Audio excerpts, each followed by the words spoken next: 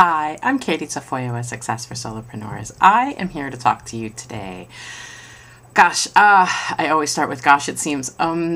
We are now, as I record this, I'm looking up at my calendar over there, we are in the early weeks of December. But at the same time, I don't know what things are like out where you are, but where I am, where I teach, and in Los Angeles, where it's the entertainment industry, we are actually in our final full Monday through Friday week of work. And it really gets you start kind of going, oh my gosh, the holidays, they're here. I mean, Hanukkah's already going on. Christmas is right around the corner. Some of us will be off and out of work.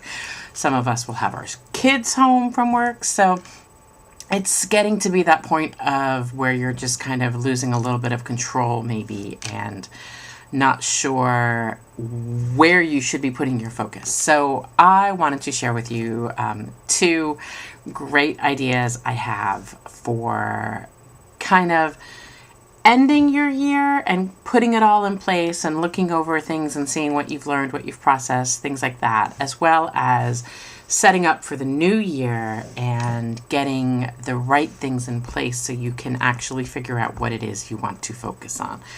Now, I've been journaling a whole series, which I will also be continuing through January, called Looking Forward, Looking Back. No, Looking Back, Looking Forward. Where we're looking over the year, and then I believe starting next week, I'll be looking forward to what I want to create in the new year. And I will also have a workbook that I will be making available for free, and I'll have the URL, right down here, and you can click on that and get there. But in the meantime, I wanted to give you two super quick and crazy easy exercises. While they are easy, they are also time consuming. So I don't expect you to sit down and plow right through them in one sitting. As a matter of fact, I would suggest starting it, putting it aside, coming back to it, putting it aside, coming back to it, putting it aside, and kind of focus on the first one I'm going to give you through the end of the year, and then starting December 30th or 31st or January 1st, focus on the next one. So the first assignment I want to give you is to take out a piece of paper, a blank piece of paper, number it from 1 to 50, and just take out your calendar, take out your appointment book, your date book, whatever it is you use to keep track in your life, your accountability page, whatever, and actually start making a list of everything you have accomplished over the year. It can be the smallest thing. I don't know, I helped my son learn how to tie his shoes, which granted is a big thing. It can be something that happens in your personal life. It can be something that happens in your business life. For me, one of the things I would put on my list would be this year I learned how to use Pages in Mac to create some new worksheets and tools and ebooks and things like that. So that would be something that I would add on the list, which then brings me to the next subject of I wrote more books. In fact, I wrote, a couple books, and I created a couple workbooks, which brings me to the next fact, and just start brainstorming as many things as you can get to. What I would like you to do, what I challenge you to do, is come up with actually 75 to 100 things you've done over the year. And again, this isn't going to come to you all at once. And it could be something like, I tried vegan food for the first time. It can be whatever works for you. I just want you to be able to look back and realize that you did actually accomplish a lot more, and many things that you would have even forgotten about. Probably things that you did, and then you just moved on to the next task. So you didn't even really sit and absorb the fact that you learned something new or you accomplished this feat because you had other things you wanted to do that were in line. So that's the first assignment. The second assignment I want you to do, and again, you can start this around December 30th or maybe, even through the first week of January, is to make a list of 25 things that you want to do in the new year. And again, just like the other list, it can be personal items, it can be family items, it can be relationship things, it can be business related things. It really doesn't matter to me what gets on that list. What matters is that you start just writing ideas down, because from these ideas, you can then create your goals of what you do actually want to accomplish for the new year. Because when you have no goals, you have no movement. You need to have something to strive for. You need to have a direction you are going towards, something you are going to, so you can, essentially cross it off your list. and look back and say, wow, I did this, you know. So go ahead and make a list. Try to shoot for 25 if you can do more than that. One year I created a list of 100.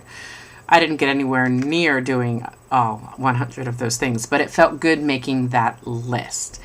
And what this does is this starts putting your mind focused on where you want to go with your life, with your relationships, with your family, with your business. And so you're a little bit more clear-headed and focused on what it is you want to, what you aspire to do for the year. And again, don't get caught up in the how of everything. Like if you say, I want to, go on 3 vacations for the year, don't get caught up in the where's the money coming from? How's that going to happen?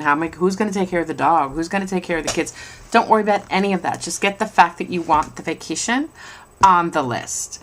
Same thing if you're looking for publishing a book or, creating a new program, whatever it is, whatever skill you want to learn, whatever thing you want to accomplish, just get it on the list. Leave the hows out of it. Just put it on the list. It can be as crazy and wild and off the wall as you can imagine, because who knows what it's going to end up looking like at the end of the year when you look back over that list. And you may have said that you wanted to speak on stage, and maybe you didn't speak on stage, but instead you led 5 teleseminars that you hadn't planned to do. So it'll work itself out somehow. But again, the goal is to just get it on the list. So your coach's challenge is 1, create a list of everything you've done. Shoot for 75 to 100. Start with 25, go up to 50. Shoot for 75 to 100, because I know you've done more than you realize that you've done. And your second coach's challenge is to create that list of things that you want to accomplish, that you want to do in 2013. Again, start with 25, move on up to 50. Give yourself a week or so to process this, and don't close the list down. Like, don't say, okay, I'm done. That's everything I did, because you're going to be taking a shower and something's going to pop in your head. You're going to be walking a dog. Something's going to be popping in your head.